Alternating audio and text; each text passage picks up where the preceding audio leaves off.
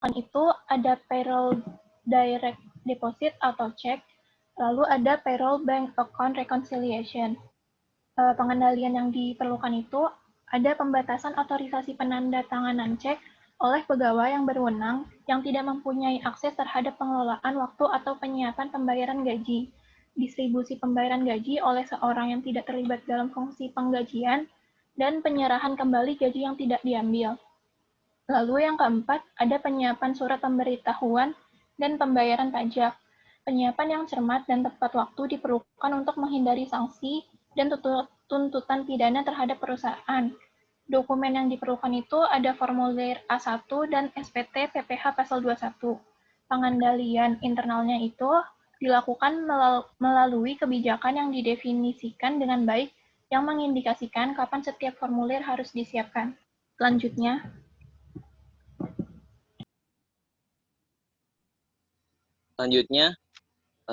saya Tubagus Mardika, absen 29. Selanjutnya kita masuk ke metodologi untuk merancang pengujian, pengendalian, dan pengujian substantif atas transaksi. Next.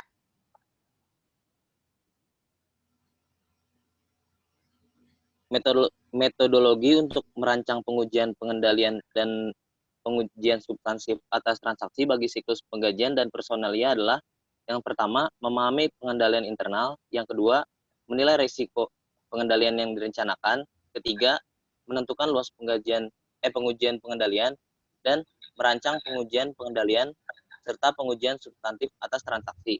Metodologi ini sama dengan siklus penjualan dan penagihan, dan juga siklus akuisisi dan pembayaran. Walaupun pengujian pengendalian dan pengujian substantif atas transaksi merupakan bagian yang paling penting dalam menguji penggajian, pengujian dalam bidang ini biasanya tidak bersifat ekstensif. Banyak audit menghadapi risiko salah saji yang material yang rendah atau minimal, walaupun penggajian seringkali menjadi bagian yang signifikan dari total beban. Next.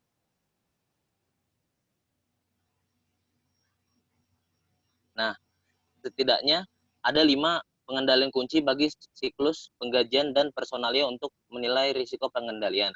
Yang pertama, pemisahan tugas yang memadai.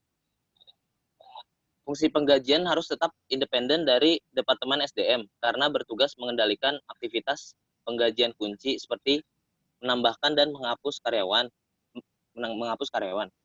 Pemrosesan penggajian harus terpisah dari penerbitan pengeluaran gaji.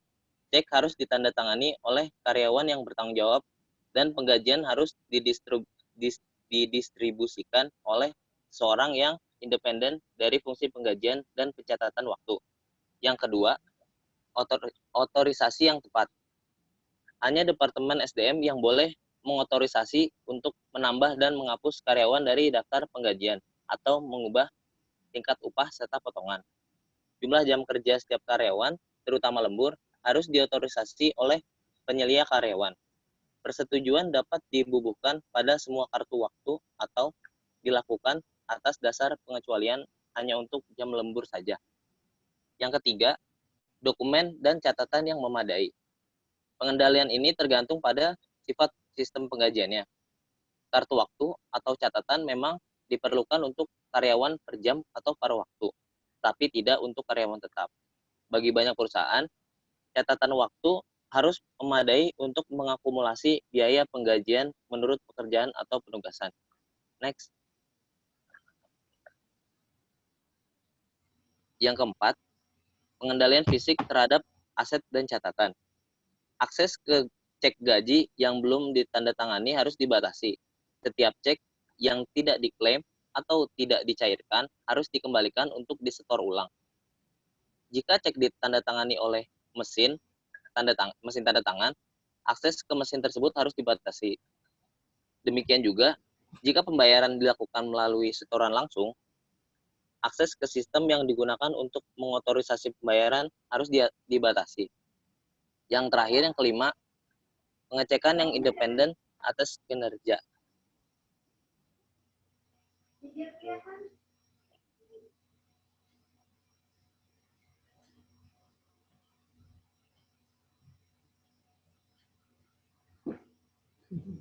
Ya, lanjut. yang terakhir, Ibu. Yang Ya. terakhir, pengecekan yang independen atas kinerja. Perhitungan penggajian harus diverifikasi secara independen, termasuk perbandingan total batch dengan laporan ikhtisar. Seorang anggota manajemen atau karyawan lain yang bertanggung jawab harus mereview output penggajian untuk melihat setiap salah saji atau jumlah yang tidak biasa. Jika tenaga kerja manufaktur mempengaruhi penilaian persediaan atau jika diperlukan untuk mengakumulasi biaya berdasarkan pekerjaan, akan dibutuhkan pengendalian yang memadai untuk memverifikasi pembebanan biaya yang tepat. Next.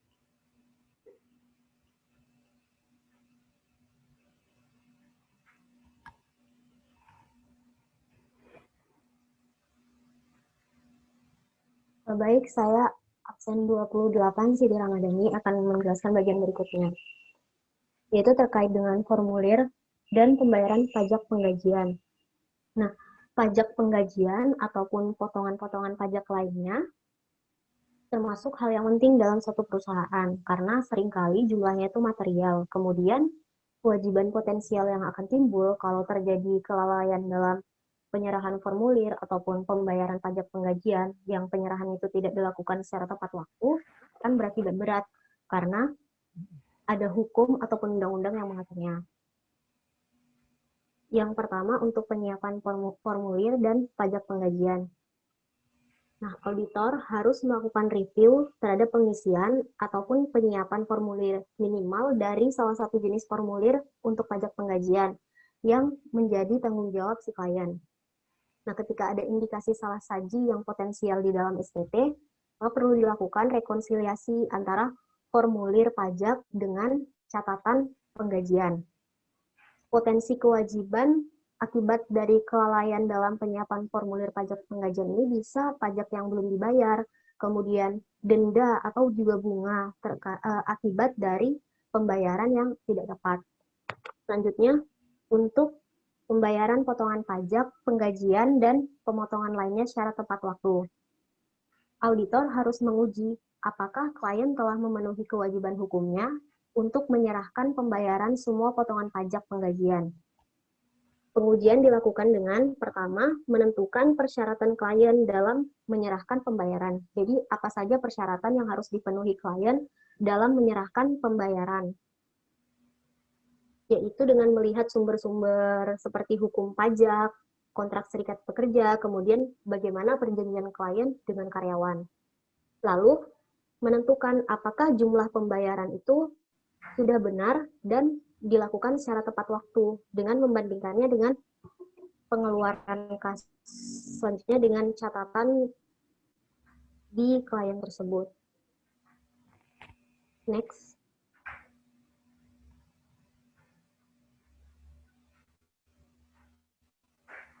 Selanjutnya terkait dengan persediaan dan pertimbangan kecurangan penggajian. Auditor seringkali memperluas prosedur untuk audit penggajian. Karena jika penggajian itu mempengaruhi secara signifikan terhadap penilaian persediaan. Kemudian ketika auditor menduga tentang kemungkinan adanya transaksi penggajian yang curang, misalnya karyawan fiktif atau penipuan jam kerja yang tidak dilaporkan sesuai jam aktualnya. Next.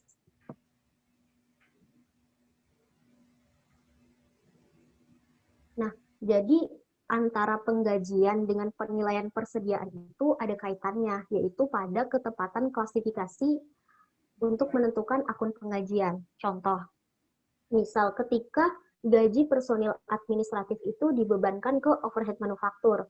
Nah, gaji personil administratif ini kan masuknya ke administrative expense atau operating expense gitu kan. Ketika dibebankan ke overhead manufaktur, akan terjadi lebih saja overhead. Nah, overhead manufaktur ini kan akan dibebankan sebagai biaya produksi. Nah, biaya produksi ini akan dibebankan ke biaya produksi yang akan menjadi WIP atau juga finish good atau barang jadi. Nah, ketika overhead-nya lebih saji, yang seharusnya jadi beban administrasi dijadikan beban overhead manufaktur, akan terjadi lebih saji overhead, kemudian nilai pekerjaan yang akan dicatat juga akan lebih saji pada tanggal neraca. Next.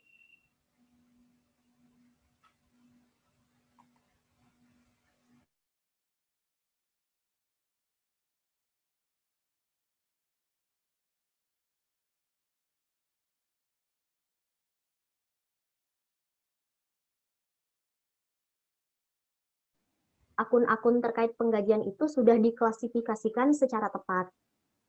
Juga konsistensi dari periode ke periode merupakan hal yang penting untuk menentukan klasifikasi.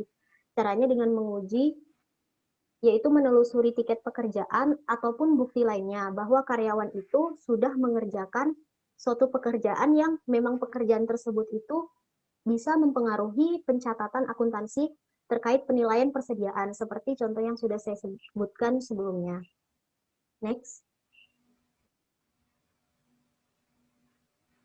Kemudian untuk pengujian atas karyawan yang tidak ada.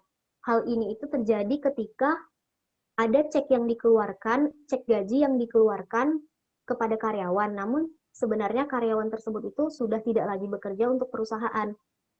Jadi untuk melakukan pengujiannya, auditor dapat menelusuri transaksi yang dicatat di dalam jurnal penggajian ke Departemen SDM untuk menentukan apakah karyawan itu telah benar-benar bekerja selama periode penggajian. Lalu, prosedur yang dilakukan untuk menguji apakah karyawan yang telah berhenti itu ditangani dengan layak dengan cara melihat file karyawan yang telah berhenti pada tahun berjalan. Apakah pesangonnya itu sudah dibayar secara layak, secara konsisten atau belum. Next.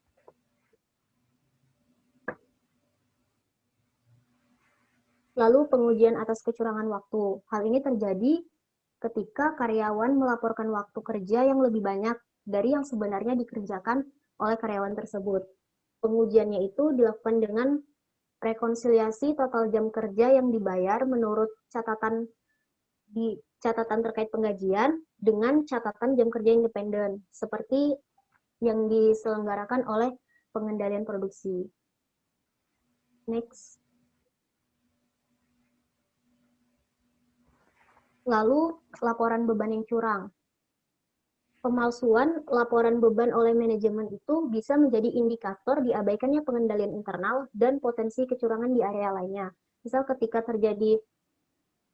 ketika beban yang dilaporkan itu terlalu kecil ataupun terlalu besar, hal itu kan bisa berakibat ke nilai pendapatan yang akan disajikan, sehingga mungkin akan ada potensi kecurangan di area-area lainnya. Lalu, misal terkait dengan penggantian atas beban perjalanan dan hiburan pejabat dan direktur. Apakah memang ada pedoman di dalam perusahaan untuk melakukan penggantian atas beban perjalanan dan hiburan bagi pejabat dan direktur?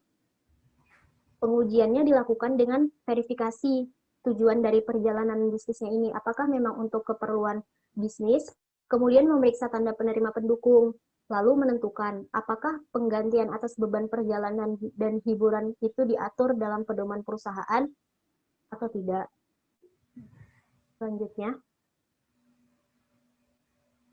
berikutnya terkait metodologi untuk merancang pengujian atas rincian saldo akan dijelaskan oleh pemapar yang selanjutnya. Ya, selanjutnya saya Ferry Triamana, absen 12, akan menjelaskan tentang metodologi untuk merancang pengujian atas rincian saldo. Yang pertama, mengidentifikasi risiko bisnis klien yang mempengaruhi penggajian. Risiko bisnis klien yang signifikan yang mempengaruhi penggajian tidak mungkin terjadi pada sebagian besar perusahaan. Akan tetapi, risiko bisnis klien itu mungkin saja terjadi pada kesepakatan kompensasi yang kompleks, yang mencakup bonus dan rencana opsi saham, serta kesepakatan kompensasi yang ditangguhkan lainnya. Kemudian yang kedua, menetapkan materialitas kinerja dan menilai risiko inheren. Kebanyakan perusahaan memiliki sejumlah transaksi dengan total nilai besar yang melibatkan penggajian. Akan tetapi, akun-akun neraca biasanya tidak berjumlah signifikan, kecuali tenaga kerja yang dibebankan ke persediaan. Selain potensi kecurangan, risiko inheren itu umumnya rendah bagi semua tujuan audit yang berkaitan dengan saldo. Jika sebagian besar transaksi melibatkan kas, ada risiko inheren berupa kecurangan penggajian. Karena itu, auditor seringkali mempertimbangkan pentingnya tujuan audit yang berkaitan dengan transaksi keterjadian. Kemudian, yang ketiga adalah menilai risiko pengendalian dan melaksanakan pengujian yang terkait. Kemudian, yang keempat, melaksanakan prosedur analitis. Next.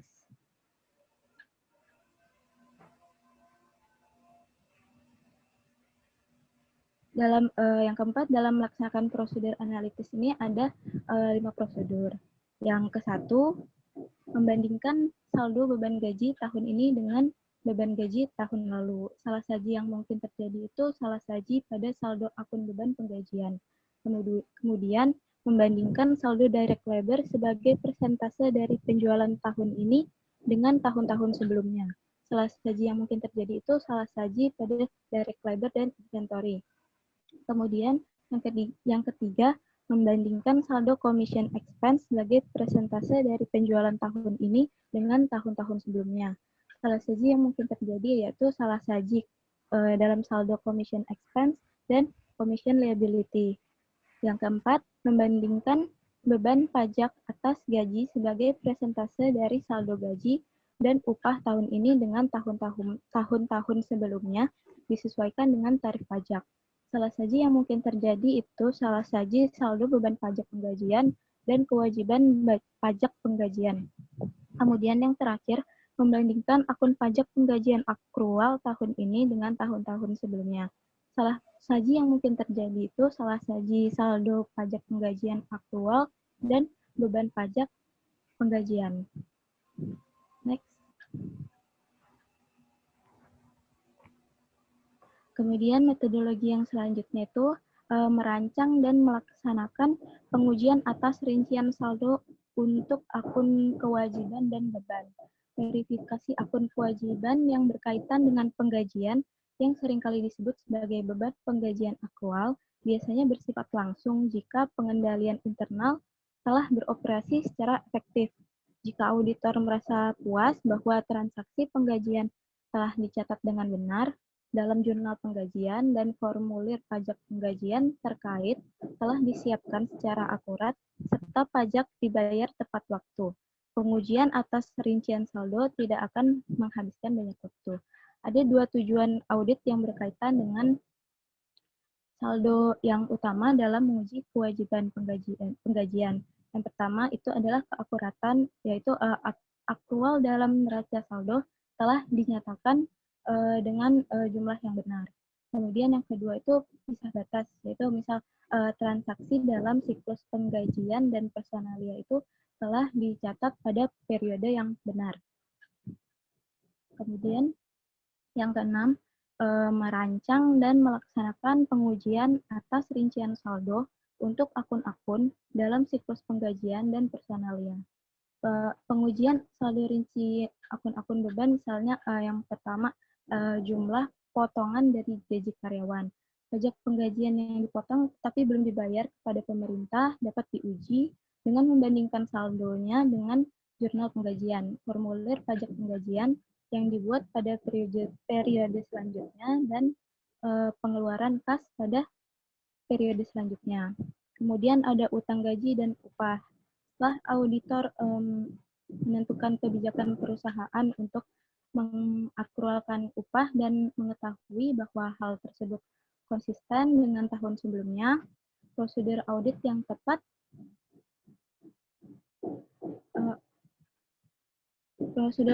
prosedur audit yang tepat untuk menguji pisah batas dan keakuratan adalah dengan menghitung ulang akrual klien. Kemudian ada utang komisi, utang bonus, utang pembayaran cuti libur, cuti sakit, dan tunjangan lainnya. Kemudian utang pajak penggajian.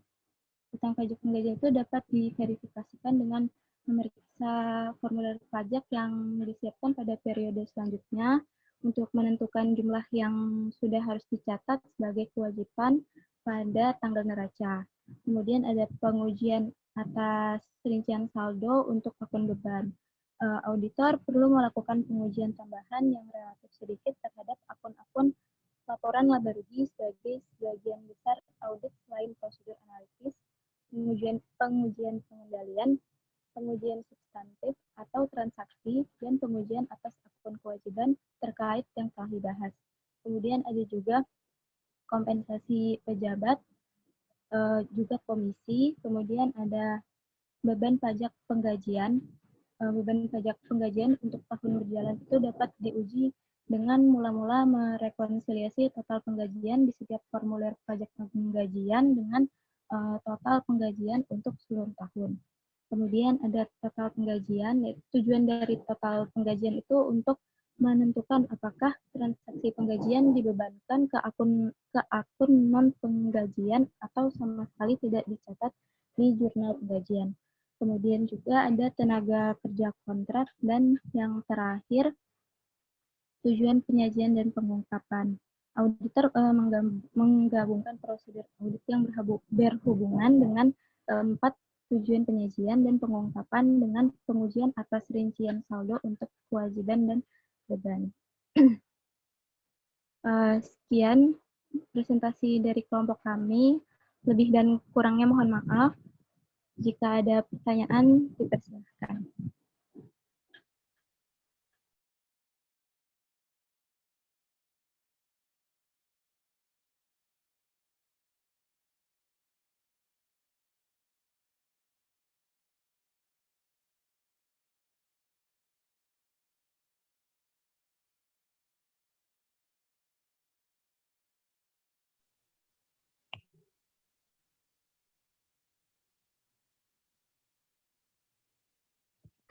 Ibu maaf, masih mute, Bu. Maaf. Ya, jadi terima kasih untuk grup E yang telah memaparkan, yang cukup bagus pemaparannya, memaparkan highlight hal-hal yang penting ya di dalam audit siklus penggajian dan personalia. Jadi saya perlu tekankan juga memahami teori di AKSK ini sangat penting, walaupun kita ada praktikumnya juga, karena kan pengalaman seperti kemarin UTS itu juga 50% teori dan 50% praktek ya, nilainya kan kemarin seperti itu, 50-50. Dan terkait teori perlu dipahami ya, bukan hanya dibaca terus wah ya kayaknya udah paham gitu ya. Karena apa?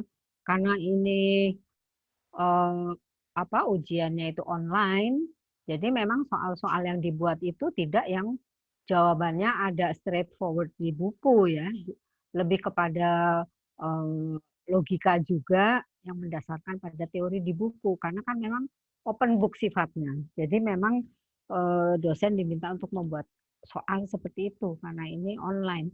Kalau di buku aja seperti teori saja ya mungkin mudah. Kayak kemarin contoh yang yang ada signifikansi dan matters itu rata-rata benar semua jawabannya karena memang itu straightforward kayaknya pertanyaannya ya. Nah makanya untuk pertanyaan lain yang memerlukan logika itu memang teori juga jadi harus kuat supaya bisa menjawab pertanyaan yang harus pakai logika jawaban gitu. Oke, terima kasih grup E. Sekarang giliran grup A untuk mengajukan pertanyaan kepada grup E. Silakan grup A. Ada Dia, Dian, Fernanda, Iwayan Tito, Nugroho. Siapa yang mau menyampaikan pertanyaan dulu?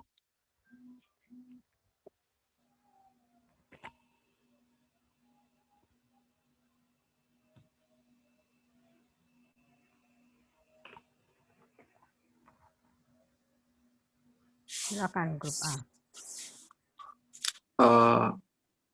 Kayaknya saya mau nanya, Bu. Iwayan Tito, absen 15. 15. Ya. Ya, jadi apa yang ingin saya tanyakan itu, bagaimana sih step-step audit siklus penggajian dan personalia secara prakteknya itu, benang merahnya itu bagaimana? Maksud saya itu kayak poin-poin penting dalam prakteknya itu bagaimana? Ya. secara apa namanya, secara singkatnya gitulah, bukan yang gitu. Sekian sih, Bu. Oke, silakan grup E. Iya, Ibu izin menjawab. Ya, siapa ini? Ferry, Bu. Ferry, 12. Oke. Ya, jadi pertanyaan dari Tito itu terkait overview dari siklus penggajian dan personalia gitu ya. Jadi tujuan keseluruhan dari audit siklus penggajian dan personalia itu untuk mengevaluasi apakah saldo akun yang terpengaruh oleh siklus tersebut itu telah dinyatakan secara wajar sesuai dengan standar akuntansi yang berlaku. Audit siklus penggajian dan personalia ini meliputi perolehan pemahaman atas struktur pengendalian internal, kemudian penetapan risiko pengendalian, kemudian pengujian atas pengendalian, lalu pengujian substantif juga, terakhir itu prosedur analitis dan pengujian perinci atas saldo. Di siklus penggajian dan personalia ini dalam praktiknya itu dimulai dengan merekrut pegawai dan berakhir dengan pembayaran kepada pegawai atas jasa yang diberikan. Juga pembayaran kepada pemerintah dan lembaga lainnya atas pajak penghasilan dan kenikmatan pegawai yang terhutang seperti BPJS. Ya, sekian dari kelompok kami. Ya, terima kasih Ferry. Bagaimana Iwayan? Ya, Bu. Saya rasa sudah cukup sih.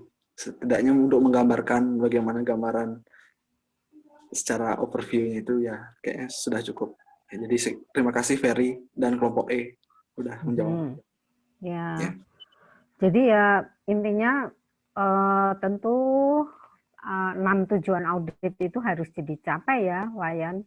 Jadi mulai dari keterjadian, kelengkapan, akurasi, posting, klasifikasi, dan penetapan waktu. Dan ini karena masalah pegawai ya, pertama seperti yang tadi Ferry bilang, pertama mulai dari rekrutmen kan, berarti harus diyakini bahwa semua pegawai yang dibayarkan gajinya itu memang ada ya. Yang pertama kan keterjadian. Jadi itu intinya ya. Intinya sebetulnya ya tujuan audit harus tercapai dan itu ada tujuan audit untuk transaksi, ada tujuan audit untuk saldo. Nah, itu harus dipenuhi semua kalau melakukan audit keuangan ini. Oke, gitu ya. Wayan. Ya, sekarang lanjut penanya berikutnya. Bu, izin bertanya. Tadi kan dijelaskan kalau misalkan karyawannya itu melakukan kecurangan, yaitu mencatat waktu kerja yang lebih banyak dari yang sebenarnya dikerjakan, itu pengujiannya dilakukan rekonsiliasi total jam yang dibayar menurut catatan penggajian dengan catatan jam kerja. Berarti itu kan istilahnya kayak merugikan perusahaannya kan, kalau misalnya karyawannya curang gitu. Kalau misalkan kasusnya dibalik, jadi misalkan dalam 1 bulan itu perusahaannya itu memang sedang mengadakan proyek besar-besaran, terus karyawannya itu banyak yang lembur. Nah, pas waktu akhir tahun itu banyak yang lupa, kayak misalkan udah lembur berapa kali atau over berapa jam berapa kali gitu. Nah, itu kalau seperti itu kan tidak merugikan. Nah, itu tuh tetap dilakukan rekonsiliasi tidak? Terima kasih, Bu. Oke, silakan grup A. Izin menjawab, Bu. Saya Putri Rizky Arab, absen 25, Ibu. Ya. Jadi menurut kami itu tidak perlu dilakukan yang namanya rekonsiliasi lagi. Karena perusahaan kan tidak tahu jika ada karyawan yang melakukan lembur. Dikarenakan karyawan tersebut tidak melaporkan ke perusahaan jika mereka itu lembur. Jadi perusahaan tidak mencatat adanya tambahan jam dari jam aktualnya atau jam yang sebenarnya, kecuali karyawan tersebut melaporkan ke perusahaan jika dia lembur. Nah, di situ baru perusahaan akan melakukan rekonsiliasi dikarenakan ada tambahan upah yang dikeluarkan perusahaan agar perusahaan tidak merugi. Nah, rekonsiliasi penggajian ini kan merupakan kegiatan penting untuk menemukan adanya kesalahan dan kecurangan. Jadi, itulah diperlukan rekonsiliasi. Tetapi saya membaca Arens. Nah, kalau menurut Arens, kalau untuk audit, bisa aja dideteksi walaupun sulit bagi auditor.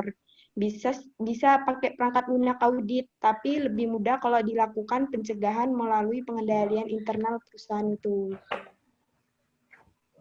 Sekian, Ibu. Oke, terima kasih. Rizky ya, 25 ya.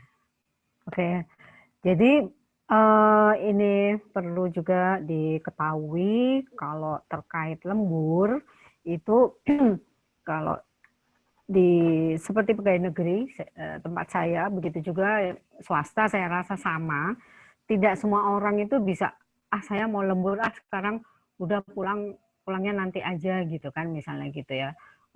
Itu nggak bisa seperti itu. Jadi kalau lembur juga harus ada surat tugas untuk lembur dan target yang dicapai juga harus jelas gitu. Jadi ditugaskan kepada ABCD gitu ya untuk melakukan lembur, katakanlah mungkin kata-katanya bukan lembur tapi penugasan A yang dikerjakan misalnya jam kerja itu kan sampai jam 17. Nah, di situ ditulis mulai jam 17 sampai dengan jam 20. Nah, itu kan udah kelihatan kalau lembur ya. Tapi jadi harus ada surat tugas dan harus ada jelas output yang dihasilkan. Karena kalau misalnya setiap orang bisa seperti itu, lembur aja, siapa tahu dia cuma numpang ngadem di kantor misalnya gitu ya. Jadi kerjanya apa misalnya, atau nunggu nggak macet jalanan, saya di kantor aja ngerjain ini gitu. Nah itu nggak bisa seperti itu. Jadi harus jelas dan juga jadi harus kalau memang overtime kan udah haknya juga harus dibayar ya. Jadi ya jarang-jarang lah misalnya yang kalau makanya siklus penggajian ini sebetulnya tidak terlalu sulit katakanlah karena pengendalian internnya itu kuat, antara lain karena namanya manusia kalau gaji berkurang sedikit aja udah protes kan gitu. Jadi kalau ada gejolak-gejolak seperti itu pasti udah dia nggak benar. Nah kalau udah gitu juga relatif homogen gitu ya pembiayaannya seperti ini. Nah jadi itu tambahan jawaban saya untuk terkait kalau misalnya ada overtime ya. Oke, ada lagi pertanyaan? Saya mau bertanya, Bu. Ya. Tadi kan di PPT slide 2 kelompok E dikatakan bahwa siklus penggajian dan personalia itu meliputi penggunaan tenaga kerja dan pembayaran ke semua pegawai tanpa memperhatikan klasifikasi metode penentuan kompensasinya. Nah, jadi saya mau bertanya, bagaimana ya cara auditor itu bisa memverifikasi kompensasinya itu sudah benar segitu atau terdapat kecurangan atau mungkin salah tulis? Misalnya saja kan bisa dari mungkin ada kerjasama dari departemen SDM-nya atau dari manajemennya kerjasama dengan karyawan untuk menaikkan kompensasi mereka. Gitu. Terima kasih. Oke, silakan.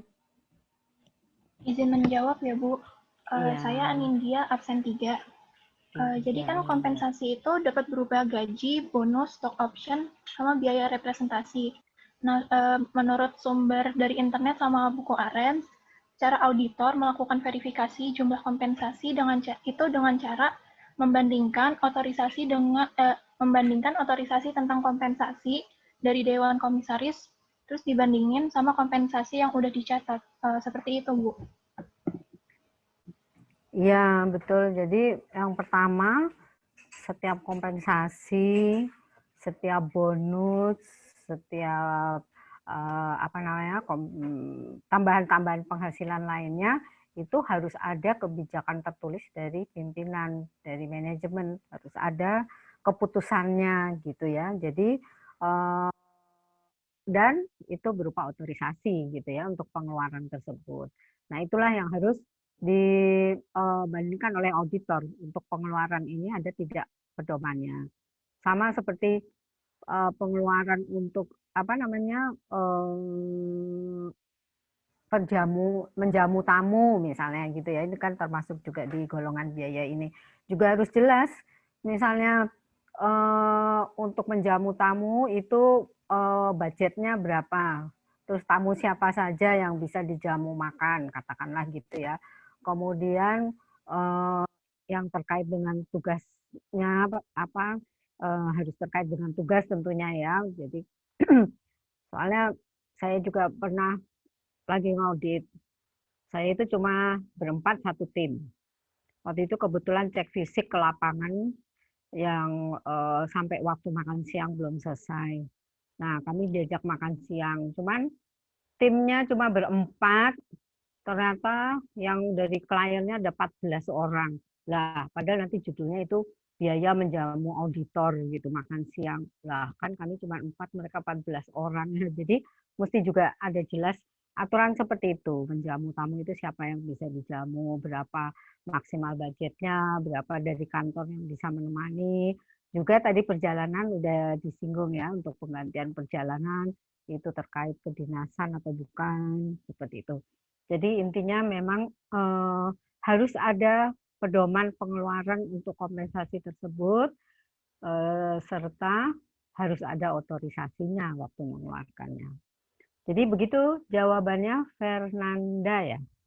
Sudah Iya, Bu. jelas kan? Sudah, Oke. Bu. Terima kasih, Bu, dan teman-teman. Oke, ada pertanyaan lagi?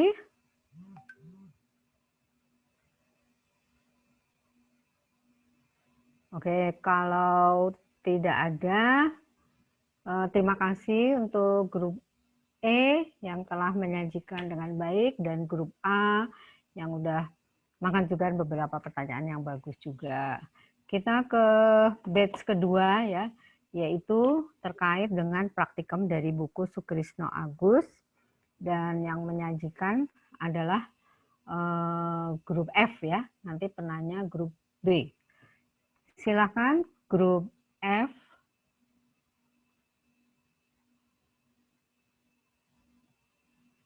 Baik Bu, apakah suara saya terdengar Bu? Terdengar, Furqan. Oke, baik teman-teman semua, Bu Endang. Assalamualaikum warahmatullahi wabarakatuh. Waalaikumsalam. Selamat sore. Di sini saya mewakili dari kelompok F akan mempresentasikan tentang KKA modul 8 dari buku 2 Sukrisno, teman-teman. Nah, di sini kita menurut RPS itu kita mengerjakan PL3, terus M2 dan M2.1. Nah, berhubung KKA pada modul 8 ini sangat terintegrasi dengan modul-modul yang lain, teman-teman ya. Jadi kami akan berfokus pada apa yang ada di modul kami. Nah, selebihnya kan ini ada beberapa, ya banyak transaksi yang dari modul lain, itu akan kami sebutkan saja dari modul berapa seperti itu. Nah, kepada yang inti dulu, yang ada di kasus buku Sukrisno adalah yang pertama, pada buku 1 halaman 146 disebutkan bahwa pada 11 April tahun 2012 dalam rangka hari ulang tahun perusahaan, maka Bapak Rantung mewakili perusahaan memberikan sumbangan. Nah, sumbangan tersebut sebesar 20 juta dan dicatat sebagai beban jamuan dan representasi. Tentu saja transaksi ini tidak mempresentasikan beban yang dicatat ya teman-teman, yang harusnya sumbangan, tapi malah dicatat sebagai jamuan seperti itu. Nah, untuk itu kita melakukan usulan jurnal koreksi berupa beban sumbangan pada beban jamuan dan representasi sebesar 20 juta. Nah, ini hanya merupakan reklasifikasi dari akun yang telah dicatat oleh klien PT Peta, teman-teman. Yang kedua, ada kasus yang dinyatakan pada buku bahwa pada 18 Agustus perusahaan memberikan dana berupa uang tunai sebesar 10 juta untuk penggantian biaya perawatan Ibu Tati. Nah, dana tersebut merupakan kompensasi yang diberikan perusahaan kepada karyawan. Jurnal yang dicatat oleh perusahaan yakni beban gaji pada Bank Bini sebesar 10 juta. Nah, kami merasa jurnal ini sudah tepat ya teman-teman karena itu merupakan kompensasi, jadi bisa diklasifikasikan sebagai beban gaji seperti itu. Nah, untuk kasus yang selanjutnya, pada 25 November 2012 terjadi transaksi pembayaran pengecatan bangunan perusahaan, teman-teman. Nah, di sini klien mencatat sebagai beban jasa profesional pada Bank Bini sebesar 15.435.400.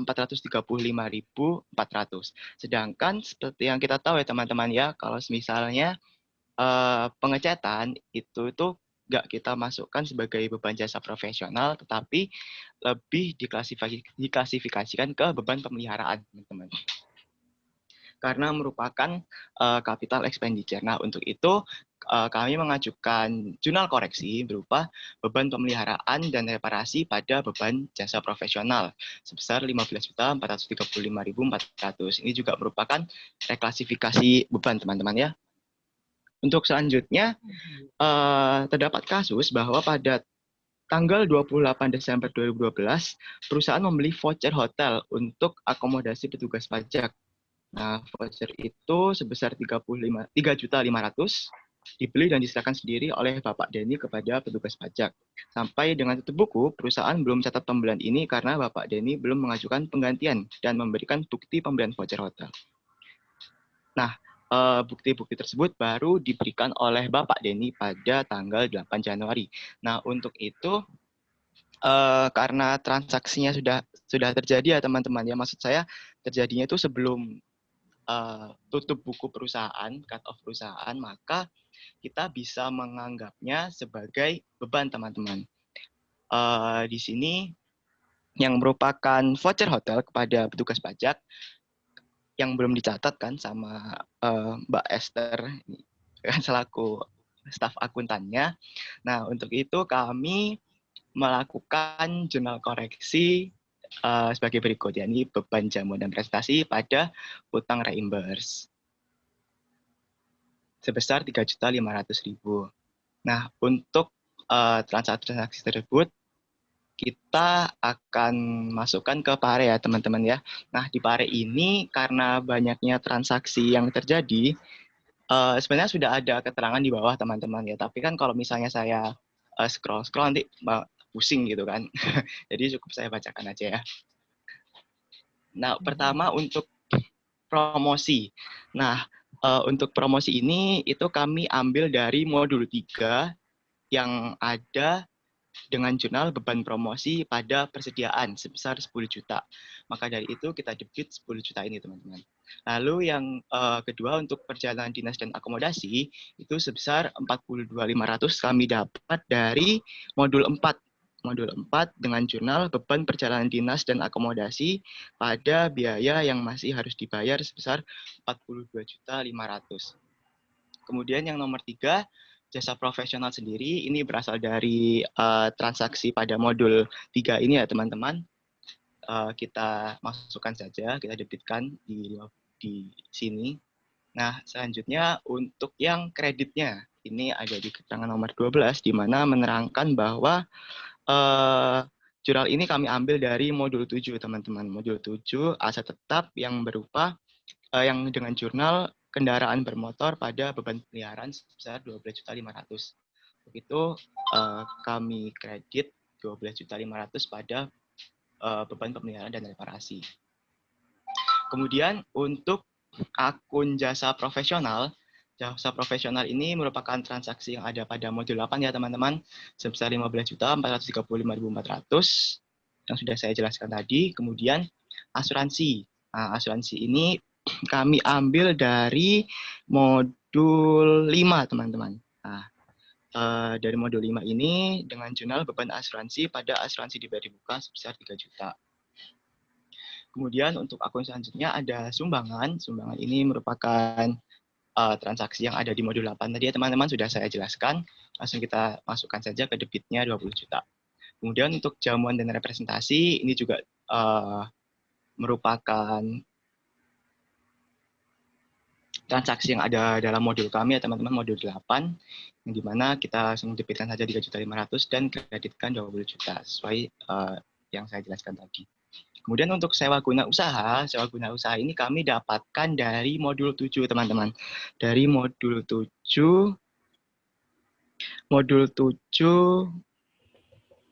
dengan di halaman keterangannya ada di halaman 37 ya teman-teman, buku 1 dengan jurnal utang SGU jangka panjang, beban bunga pada beban SGU yang masing-masing saldonya untuk utang SGU jangka panjang 5.602.500, beban bunga yang sebesar 1.245.000 dan beban SGU 6.847.500 dengan saldo kredit. Untuk itu kami masukkan sebagai saldo kredit teman-teman. Nah, selanjutnya ada perlengkapan kantor. Perlengkapan kantor ini kami ambil dari modul 5, teman-teman.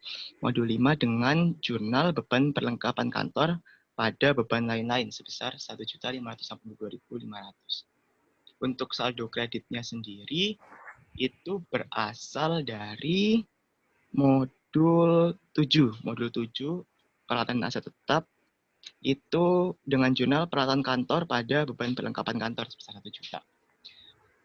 Kemudian untuk akun selanjutnya yakni telepon, fax, dan pos, kemudian listrik dan air, kami belum menemukan keterangan jurnal di modul-modul sebelumnya teman-teman, jadi kami kosongi. Untuk penyusutan sendiri, ini kami ambil dari modul 7 juta dengan saldo debit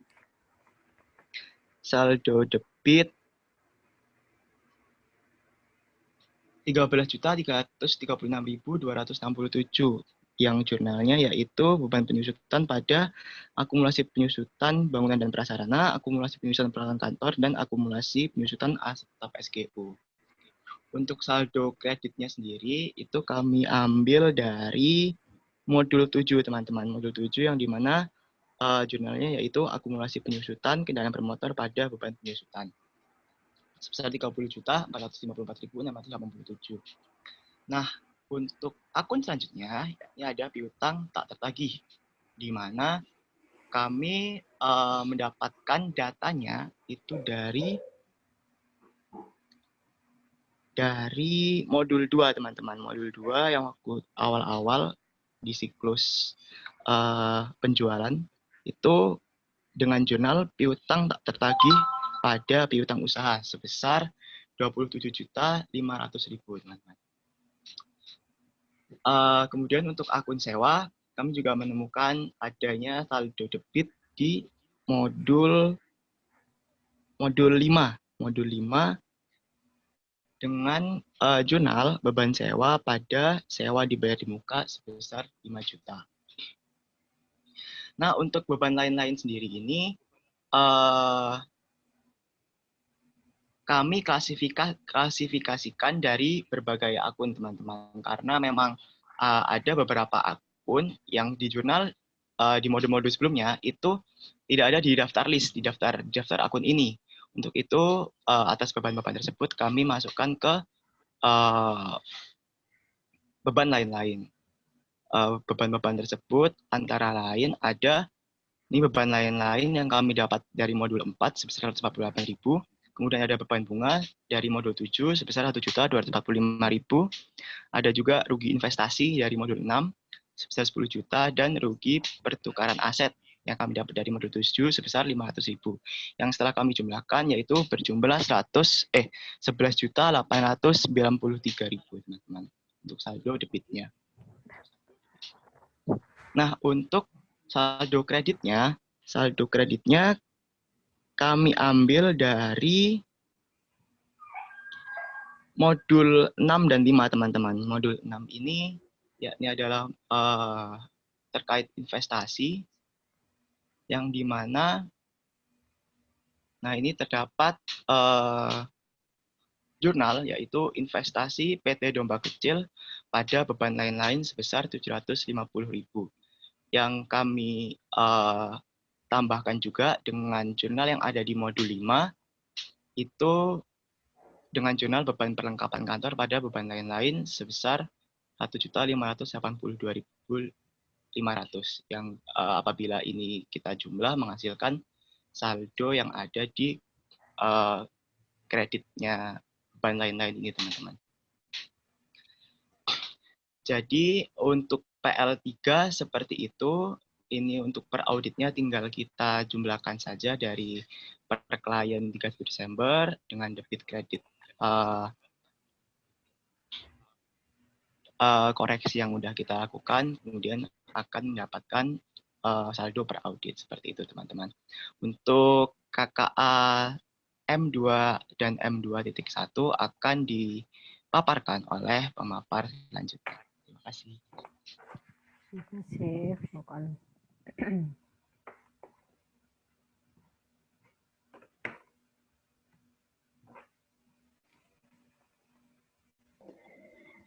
Baik, selamat sore Bu Endang dan juga teman-teman sekalian.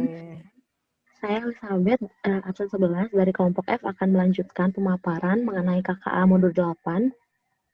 Nah, saya akan membahas pada kesempatan ini akan membahas mengenai indeks M2.1. Di mana indeks M2.1 ini mengenai perkiraan PPh pasal 21. Nah, sebelum masuk ke indeks M2.1 ini, kita akan melihat mengenai perhitungan PPh 21-nya terlebih dahulu. Perhitungannya Furkan.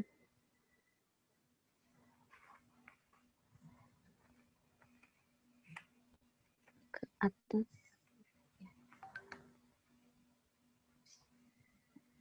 Baik, yang pertama ada data perhitungan per klien. Mulai ada data mengenai pegawai itu mulai bekerja, statusnya gaji, THR dan sebagainya. Nah, untuk data-data yang perhitungan per klien ini itu given di buku ya teman-teman, ada di buku 1 Sukrisno Agus halaman 147. Itu tinggal kita sajikan aja. Nah, sekarang kita mau lanjut pembahasan ke perhitungan per auditnya. Jadi sebenarnya perhitungan per audit ini juga udah given teman-teman ada di KKA indeks 2.1 di buku 2 Sukrisno Agus halaman 109. Ada penghasilan bruto dan biaya jabatan yang given. Tapi kelompok kami pada kesempatan membahas KKA kemarin ini, kami menemukan perbedaan. Jadi data given yang diberikan pada indeks M2.1 itu tidak pure kami pakai karena ternyata ada data THR. Nah, pada indeks M2.1 yang given di buku Sukrisno Agus itu, data THR tidak dimasukkan sebagai perhitungan komponen penghasilan bruto. Sedangkan seperti yang kita tahu bahwa penghasilan itu adalah semua komponen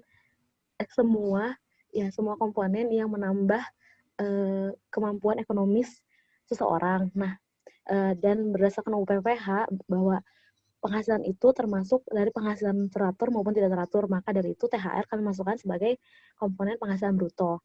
Maka total penghasilan brutonya menjadi untuk atas Denny itu jadi 104 juta, Sugeng itu jadi 91 juta, Rantung 234 juta, Agus 65 juta, dan Esther 65 juta. Lalu karena adanya perubahan atas atas total penghasilan bruto ini, maka ada juga perubahan atas biaya jabatannya, teman-teman. Jadi biaya jabatannya juga kami tidak pakai data given, tapi kami hitung sendiri. Yakni di mana seperti yang kita tahu berdasarkan UU PPH bahwa biaya jabatan itu adalah sebesar 5% dari penghasilan bruto atau maksimal 500.000 per bulan dan maksimal atau 6 juta per tahun kayak gitu. Setelah dihitung, maka biaya jabatannya untuk Denny itu 5.200.000, Sugeng itu 4.550.000, Rantung itu 6 juta, dan seterusnya. Lalu kita menghitung penghasilan netonya. Penghasilan neto ini dapat dari total penghasilan bruto tadi dikurangi dengan biaya jabatan. Lalu kita akan menghitung PTKP selanjutnya. Untuk status pajak kelima pegawai ini telah disajikan di buku, yakni untuk Denny itu K0, untuk Sugeng itu K2, untuk Rantung itu K3, untuk Agus itu TK atau tidak kawin, dan juga untuk Esther itu K1. Nah, penjumlahan atau besaran PTKP yang kami cantumkan di sini itu menurut aturan PTKP menurut Undang-Undang Nomor 36 Tahun 2008, teman-teman. Nah, jadi menurut Undang-Undang PPH Nomor 36 Tahun 2008 itu, besaran PTKP-nya itu untuk WP sendiri 15.840, tambahan untuk WP menikah, untuk status penikahnya itu 1.320, dan untuk status kalau misalnya dia punya tanggungan itu per satu tanggungan itu 1.320 juga. Nah, untuk itu perhitungan untuk Denny karena yang bersangkutan itu statusnya K0, maka untuk WP-nya sendiri itu 15.840 dan untuk status kawinnya 1.320, maka ketika ditambah menghasilkan 17.160. Karena K0, maka tambahan untuk tanggungannya tidak dimasukkan dan begitu seterusnya. Lalu untuk PHKP-nya atau penghasilan kena pajaknya didapat dari penghasilan neto dikurangi dengan PTKP-nya. Lalu setelah itu kita menghitung PPh pasal 21-nya. PPh pasal 21-nya ini dicari dengan menggunakan tarif pasal 17, yakni tarif progresif, di mana tarif pasal 17 ini ketentuannya penghasilan dengan besaran 0 sampai 50 juta, itu tarifnya 5%, yakni ketebalannya 50 juta, terus penghasilan dari 50 juta sampai 250 juta, itu besaran tarifnya 15%, 250 sampai 500 juta, 25%, dan lebih dari 500 juta, 30%. Nah, jadi cara menghitungnya itu, berarti kalau untuk yang Pak Denny tadi, untuk Denny tadi, berarti 5% dikali 50 juta menghasilkan 2.500.000. Itu untuk level pertamanya. Begitu pula dengan Sugeng, 5% dikali 50 juta jadi 2.500.000. Dan Rantung juga 50 juta dikali 5% menjadi 2.500.000. Untuk Agus dan Esther, karena besaran PHKP-nya di bawah 50 juta, maka langsung dikalikan 5% saja. Nah, untuk Denny, Sugeng, Rantung, ada sisa kan teman-teman, itu masuk ke perhitungan level 2, progres yang kedua. Itu dikenakan tarif sebesar 15%. Perhitungannya dengan, contohnya untuk Denny, berarti 81.640 dikurangi 50 juta, baru selisihnya itu dikalikan dengan tarif 15% dan begitu seterusnya. Lalu, untuk PPh pasal 21 yang harus dipotong, itu tinggal kita menyebelahkan dari tarif level 1 dan level 2. Contohnya untuk Denny itu berarti 2.500.000 ditambah 4.746 menghasilkan 7.246. Lalu dan begitu seterusnya. Lalu untuk PPh pasal 21 yang telah dipotong dan setor itu given ya teman-teman. Itu given ada di buku. Itu given ada di buku juga. Nah, oh iya tadi untuk yang Esther coba di scroll. Untuk menghitung PTKP Esther ini, kami menggunakan asumsi, karena kan Esther ini sebenarnya dia kan statusnya kawin dan dia adalah seorang istri, sedangkan dalam perpajakan itu biasanya kalau istri itu SPT-nya satu dengan suami, kayak gitu, kecuali ada hal-hal khusus. Nah, karena kalau misalnya menurut aturan perpajakan istri bekerja dari satu pemberi kerja itu final, sedangkan di sini Esther kita harus hitung PPh-nya, maka asumsi kami Esther itu pisah harta. Kayak gitu. Karena kalau Esther pisah harta, baru dia bisa pisah SPT dengan suaminya dan dia penghasilan PPh-nya menjadi tidak final, seperti itu. Makanya PTKP Esther kita dapatkan sebesar PTKP 18.480.000. Lalu tadi lanjut PPh pasal 21 yang telah dipotong dan setor itu given ada di soal, dan PPh pasal 21 yang kurang dipotong itu berarti selisihnya. Sekarang kita masuk ke indeks M2.1. Nah, pada indeks M2.1 ini semua data yang ada pada penghasilan bruto, biaya jabatan, PTKP, PHKP, PPh pasal 21 ini berasal dari perhitungan yang tadi ya teman-teman, perhitungan PPh pasal 21 yang tadi. Nah, tinggal dimasukin aja, terus tinggal disalin, pokoknya dari perhitungan yang tadi dimasukin, dan kami menemukan satu catatan pemeriksaan. Jadi, PPh pasal 21 per kliennya itu kan saldonya 37.422.000. Ini dari mana angkanya? Itu ada given di soal di buku 1 halaman 147 yang dihitung PT Peta. Jadi kan di halaman 147 itu ada PPh pasal 21 yang telah PPh pasal ada. Iya ada. ada saldo PPh pasal 21 yang 6.106.000 itu untuk Denny, yang Sugeng itu 4 juta, Rantung itu 23 juta sekian. Nah, itu ditambahkan, dijumlahkan menjadi 37.422.000, teman-teman. Itu adalah saldo PPh pasal 21 per klien. Sedangkan menurut saldo PPh, menurut perhitungan kita sebagai auditor, saldo utang PPh atau beban PPh pasal 21-nya itu adalah 42.734.000. Maka ada kurang bayar atau tambahan utang PPh sebesar 5.312.500. Lalu setelah dilakukan pemeriksaan terhadap PPh 21, maka kami mengajukan usulan jurnal koreksi, yakni PPh pasal 21 pada utang PPh pasal 21 atau beban PPh pasal 21 pada utang PPh pasal 21 sebesar 5.312.500, kayak gitu. Kesimpulan pemeriksaannya, menurut pendapat kelompok kami, saldo perkiraan PPh pasal 21 telah disajikan secara wajar dan sesuai dengan standar akuntansi keuangan yang berlaku umum. Terima kasih. Oke. Baik, saya Dani Pradana, absen 7 dari kelompok F. Selamat sore teman-teman dan selamat sore Ibu. Saya akan menjelaskan tentang schedule pajak pada modul 8. Jadi pada schedule 8 schedule pajak utang pajak ini data-data yang diberikan di buku 2 Sukrisno yaitu utang pajak PPh 21, utang pajak PPh 25 dan 29 dan PPN keluaran per kliennya sebesar utang PPh 21-nya 5.781.800, utang PPh 25 dan 29-nya 12.432.126 dan PPN keluarannya 8.850.000. Lalu kami dari beberapa pemeriksaan yang kami lakukan, kami menemukan beberapa temuan yang menurut kami perlu ada koreksi untuk audit. Di antaranya untuk yang pertama pada saldo debit PPN keluaran itu kami dapatkan 11.520 itu dari yang pertama yaitu penjualan kepada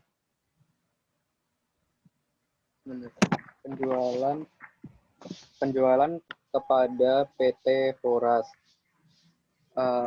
Di penjualan kepada PT Horas tersebut, PT Horas menyampaikan bahwa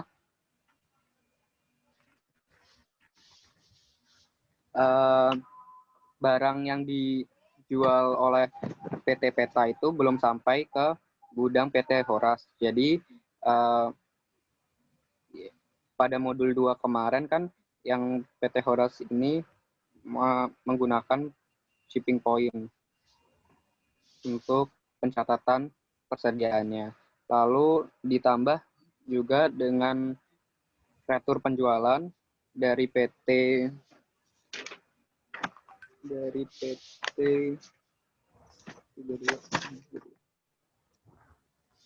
PT Manggis yang menyatakan bahwa terdapat retur sebesar 21.120.000.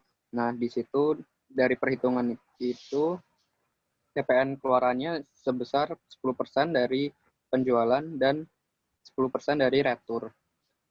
Jadi totalnya terdapat 11.520. Lalu untuk koreksi yang kedua, yaitu terdapat pada utang PPh 21 di kredit yang sudah dijelaskan oleh teman saya Eli tadi pada schedule perkiraan PPh 21 untuk jurnalnya yaitu utang PPh 21 pada utang PPh pasal 21 sebesar 5.312.500. Lalu untuk koreksi yang selanjutnya yang kita temukan yaitu PPN keluaran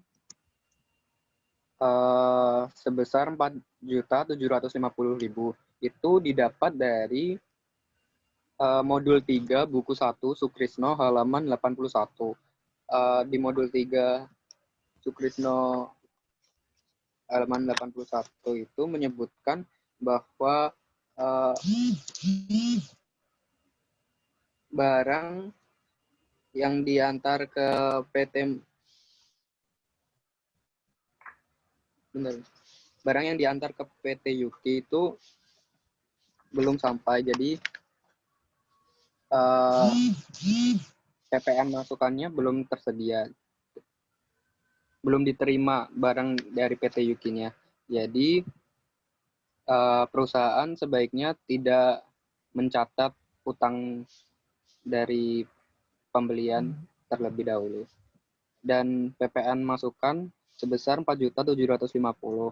Jadi totalnya untuk bagian audit di utang PPh 21 yaitu sebesar 11.094.300. Untuk PPh 25 dan 29 tidak terdapat koreksi, jadi tetap sama yaitu 12.432.126, dan di PPN keluaran terdapat menjadi 2.080.000. Untuk totalnya sebesar 25.606.426. Catatan pemeriksaan ini kami telah melakukan pemeriksaan pada SPP dan SPT 1721 untuk tahun 2012, dan kami telah memeriksa SPM dan SPP PPN. Lalu menurut pendapat kami, saldo hutang pajak telah disajikan secara wajar dan sesuai dengan standar akuntansi keuangan yang berlaku secara umum. Terima kasih, Bu. Oke, terima kasih Dani. Masih ada lagi disampaikan, dan nomor. Baik Bu, sepertinya sudah cukup dari kelompok F. Atas perhatian teman-teman, atas perhatian Ibu, kami ucapkan terima kasih. Mohon maaf apabila ada kesalahan. Wassalamualaikum warahmatullahi wabarakatuh. Waalaikumsalam warahmatullahi wabarakatuh. Oke. Terima kasih atas pemaparannya. Cukup jelas referensinya. Kita udah mulai lebih rumit lagi ya dengan terkait ke modul-modul lainnya. Nah, apalagi nanti waktu kita penyelesaian audit. Wow, komplit rumitnya. Oke, sekarang silakan grup B ya untuk mengajukan pertanyaan. Siapa dari grup B? Ada Adrian, Andika, Anissa, Ayu, Muhammad Alif. Silakan, siapa yang mengajukan pertanyaan? Izin Bu, saya mau bertanya. Siapa saya absen 16, tidak Ayu Pratnya Ogiswari. Baik, Bu. Saya ingin bertanya, tadi di kertas kerja M2, kalau tidak salah di catatan pemeriksaannya itu ada tulisan bahwa kita harus melakukan pemeriksaan terhadap pembayaran utang PPh setelah tanggal neraca. Kalau boleh tahu, apa tujuannya kita harus melakukan pemeriksaan terhadap pembayaran tersebut? Apakah mungkin pada saat kita melakukan audit, si klien itu ternyata belum bayar pajaknya? Dan kira-kira dampaknya apa terhadap opini yang akan diberikan? Terima kasih. Oke, silakan.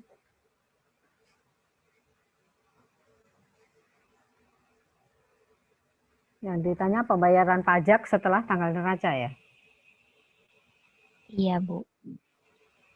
Oke, silakan grup F untuk menjawab. Izin menjawab, Bu. Jadi saya mau mengulangi pertanyaan dari Tuge tadi ya. Ada 3 pertanyaan. Yang pertama itu kenapa kita harus melakukan pemeriksaan terhadap pembayaran utang PPh setelah tanggal neraca. Terus yang kedua, apakah mungkin pada saat audit klien belum membayar utang PPh. Terus yang ketiga, bagaimana dampaknya terhadap opini. Nah, jadi kalau menurut kami, yang pertama itu kenapa sih kita harus melakukan pemeriksaan terhadap pembayaran utang padahal udah lewat tanggal neraca gitu kan. Itu pelunasan setelah tanggal neraca itu tetap diperiksa untuk membuktikan saldo utang yang di saat tanggal neraca itu gitu. Jadi pemeriksaan terhadap pembayaran utang PPh setelah tanggal neraca itu untuk membuktikan salah satu asersi manajemen yaitu keterjadian. Di sini kan misalnya dikaitkan dengan utang PPh, kita menguji keterjadian utang PPH itu gitu. Apakah utang PPH yang diakui oleh klien itu apakah memang ada gitu? Apakah memang boleh klien itu mengakui adanya utang? Itu bisa diakui dengan misalnya gini nih, keterjadian itu kan kita buktikan dari saldo yang ada, terus kita telusuri ke buktinya gitu kan. Misalnya ini utang, kita buktikan dengan dokumen yang mendukung adanya utang ini. Contohnya kayak dokumen pembayaran, dokumen pelunasan. Nah, terkait dengan utang PPH, berarti bukti pembayarannya adalah SSP atau surat setoran pajak. Bisa kita lihat di halaman 123, itu ada surat setoran pajak untuk masa Desember, untuk bulan Desember, tapi dilunasi di tanggal 6 Januari. Berarti memang benar ada beban pajak di bulan Desember dan dilunasi di 6 Januari gitu kan, ada pelunasan. Berarti memang terjadi beban ini, berarti kita klien bisa mengakui utang karena memang dilakukan pelunasan gitu kan. Berarti memang terjadi adanya utang ini. Tapi tinggal lagi apakah benar saldonya segitu gitu. Jadi kenapa kita harus meriksa? Karena untuk membuktikan saldo yang kita catat di tanggal neraca gitu. Terus pertanyaan berikutnya, apakah mungkin pada saat audit klien belum membayar utang PPH? Kalau menurut kami itu mungkin, karena itu juga salah satu tujuan kita memeriksa saldo utang PPH ini supaya untuk memastikan berapa sih utang yang dimiliki oleh si klien gitu. Apakah saldo utangnya itu udah benar? Apakah udah semua dimasukin? Apakah memang benar-benar? Apakah bebannya itu memang benar bisa dihitung sebagai PPH atau bukan gitu kan? Apakah jangan-jangan utang pajak yang dicatat ini per tanggal neraca itu jangan-jangan kurang diakui atau mungkin lebih diakui gitu. Makanya itu juga bisa aja perusahaan belum membayar utang PPH di tanggal neraca itu, jadi dilunasi di periode berikutnya. Terus pertanyaan yang terakhir, bagaimana dampaknya terhadap opini? Itu sama seperti sama seperti kita mengaudit saldo akun-akun lainnya, tergantung pada materialitasnya. Jika nilainya tidak terlalu material dan klien itu akan melakukan koreksi, maka bisa kita katakan wajar gitu. Kalau dia salah saja yang material, maka mungkin bisa memberikan opini yang lain, misalnya wajar dengan catatan gitu mungkin.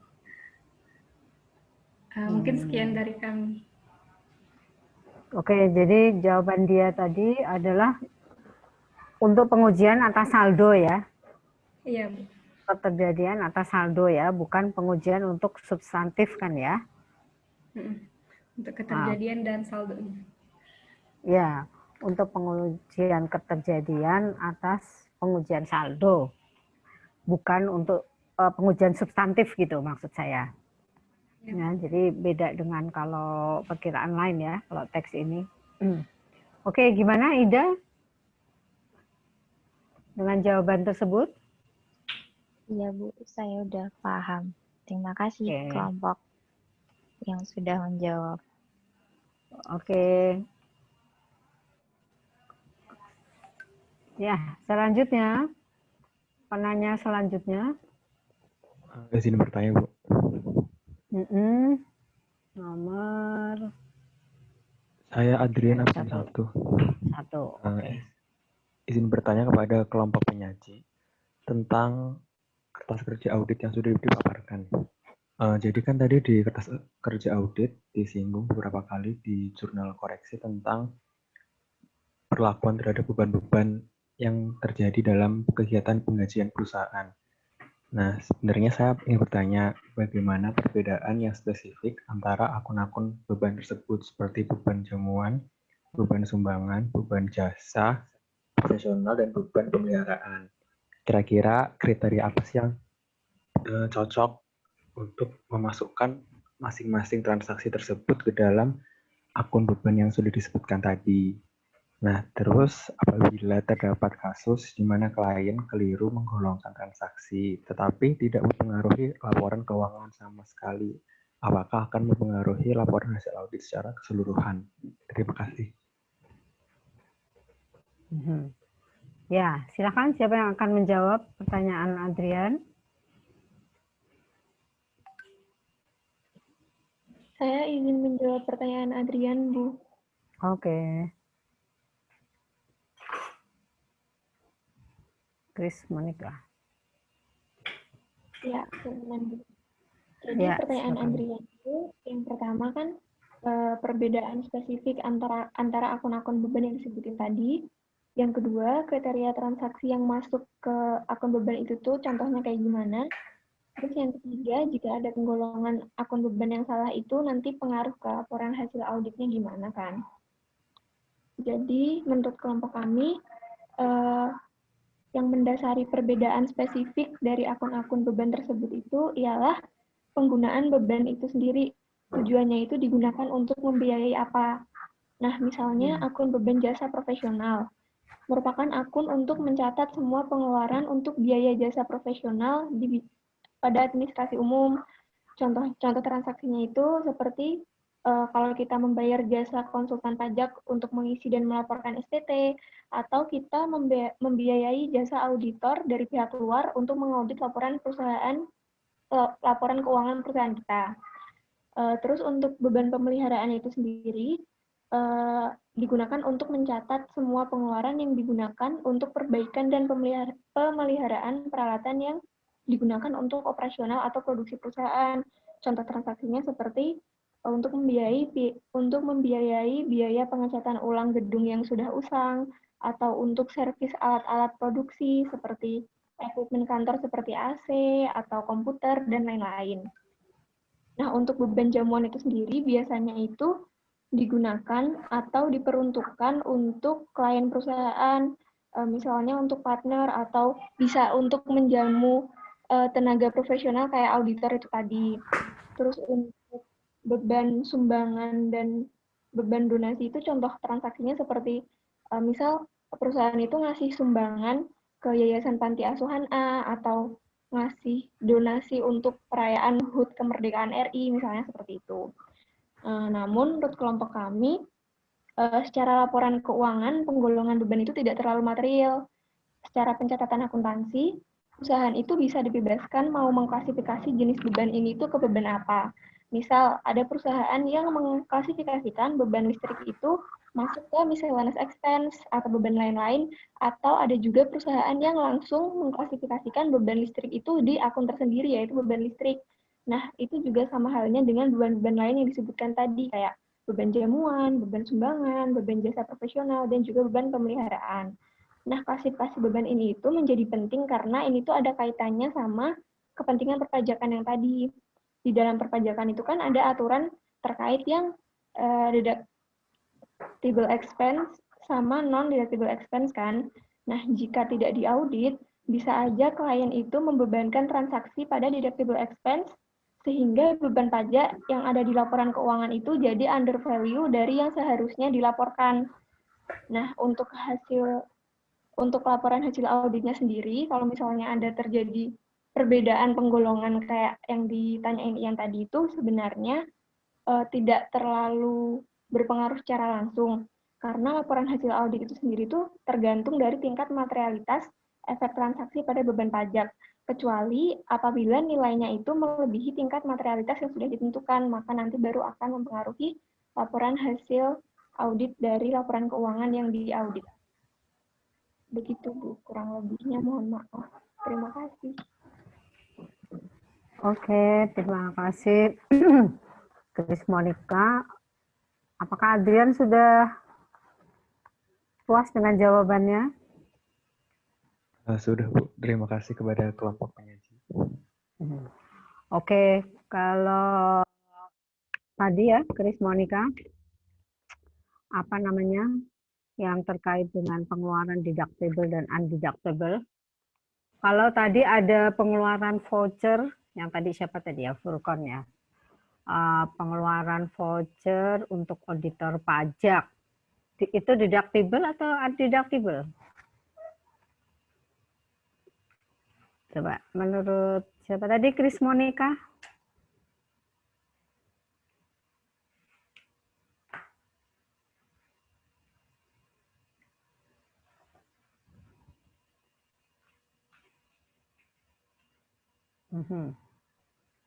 Tadi yang Furkon Iya, Bu. bilang ada tadi waktu koreksi pertama tadi. Ya. Gimana, Bu? Ya. Voucher apa, Bu, tadi? Mohon maaf, bisa diulang. Voucher untuk pegawai pajak. Tadi kan waktu Furkon presentasi ada gitu ya, voucher untuk pegawai pajak. Iya Bu, ada Bu. Ya. Oke, itu menurut kalian deductible atau undeductible?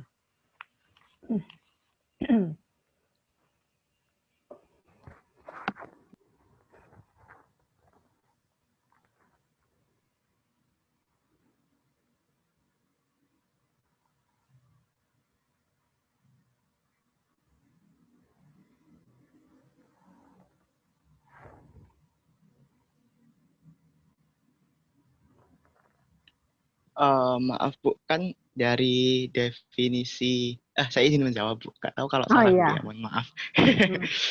Kan dari definisi deductible expense itu kan biaya untuk mendapatkan, menagih, dan memelihara penghasilan ya Bu ya. Jadi kan kalau misalnya ada auditor pajak, ya atau mungkin petugas pajak itu ke kantor kita, itu kan bukan merupakan penghasilan dalam rangka tersebut gitu Bu. Jadi dalam rangka mendapatkan penghasilan. Jadi menurut kami itu bukan deductible expense, Bu. Iya, memang kalau nggak salah deductible itu ada definisi bahwa pengeluaran yang dalam rangka untuk memperoleh penghasilan ya. Ya. Iya, Bu, Nah, betul. jadi memang sebenarnya dari segi pajak sendiri nggak boleh. Kemudian dari segi undang-undang anti korupsi sendiri itu kan gratifikasi, ya. Jadi nggak boleh juga menerima voucher, penyelenggara negara menerima voucher, kan itu tadi petugas pajak ya. Tapi ya mungkin kalau untuk di kasus ini tadi dikesampingkan, jadi dianggap sebagai pengeluaran gitu ya. Walaupun kalau secara fakta ya itu sebenarnya nggak boleh gitu ya. Jadi memang terkait beban-beban ini ya, seperti yang tadi Adrian tanyakan itu, kan gimana sih kriterianya? Nah, kriterianya itu tadi ya, yang pengeluaran yang ada hubungannya untuk memperoleh penghasilan ya. Itu memang jadi kadang sangat subjektif ya. Makanya jadi memang perlu ada pedoman.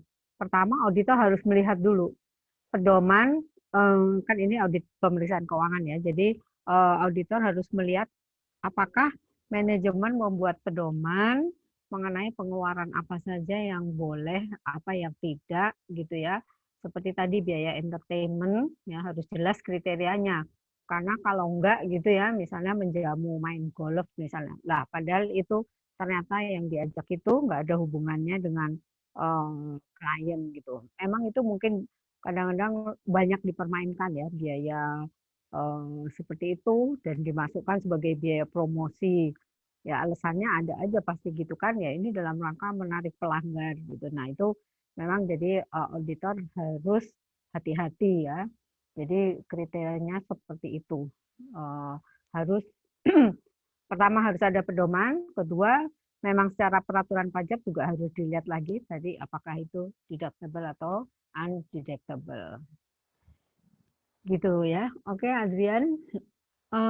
Pertanyaan lainnya, silakan.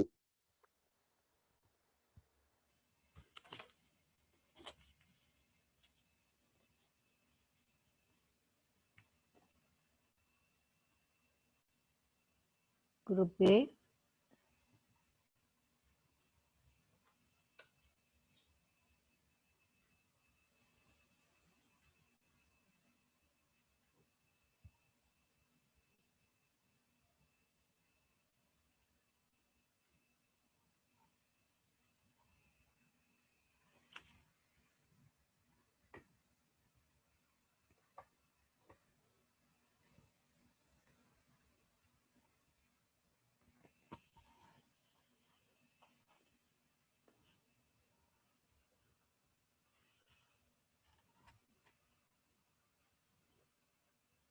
Silakan yang belum tanya, ada Andika, Anissa, Alif.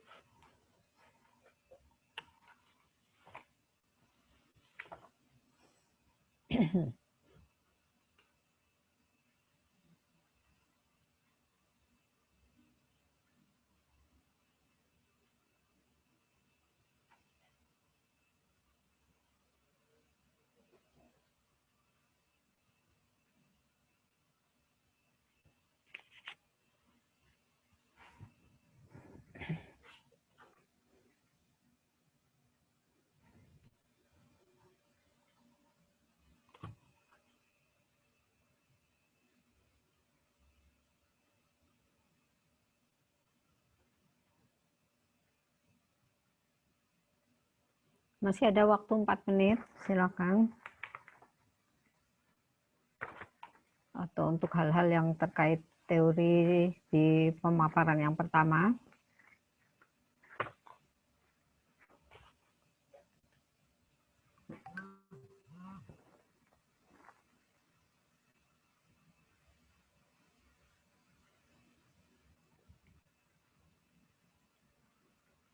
Atau terkait hal-hal lainnya, silakan aja, ini open question.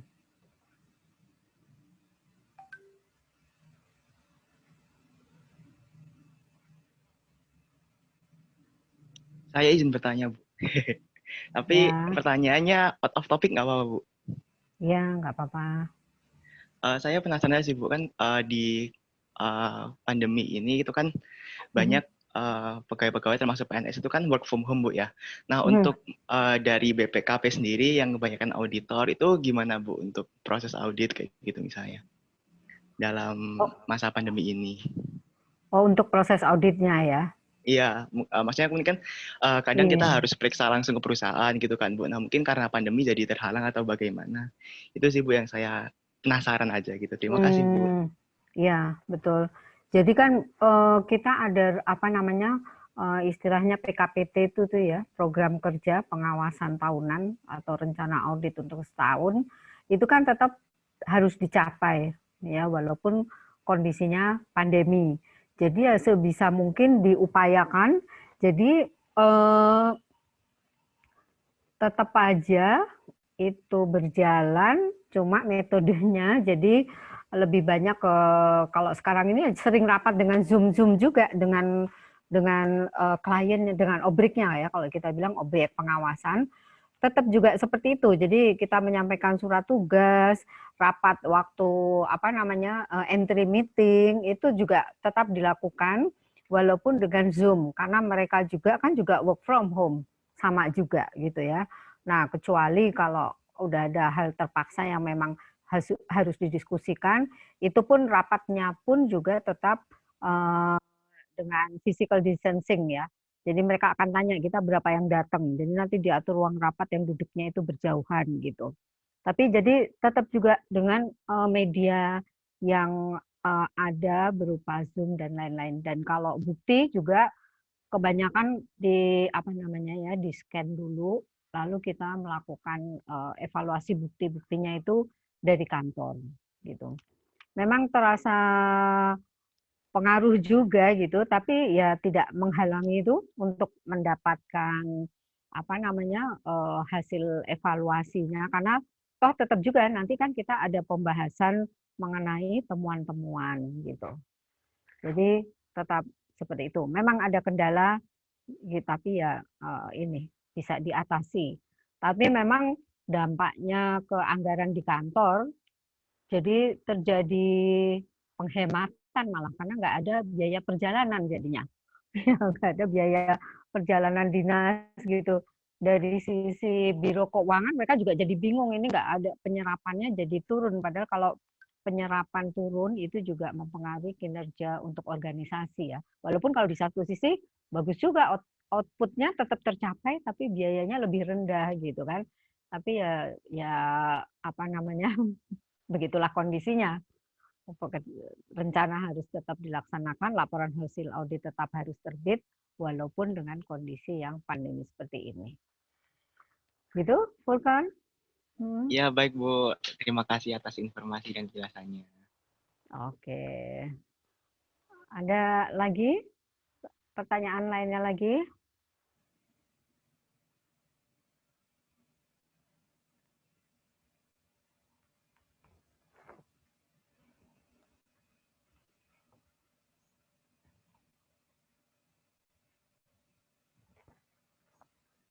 Gimana?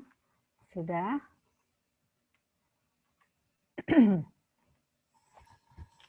Oke, kalau tidak ada pertanyaan lagi, sekarang juga sudah jam 4.31 ya. Kalau memang sudah tidak ada pertanyaan lagi, saya bisa mengakhiri kuliah ini.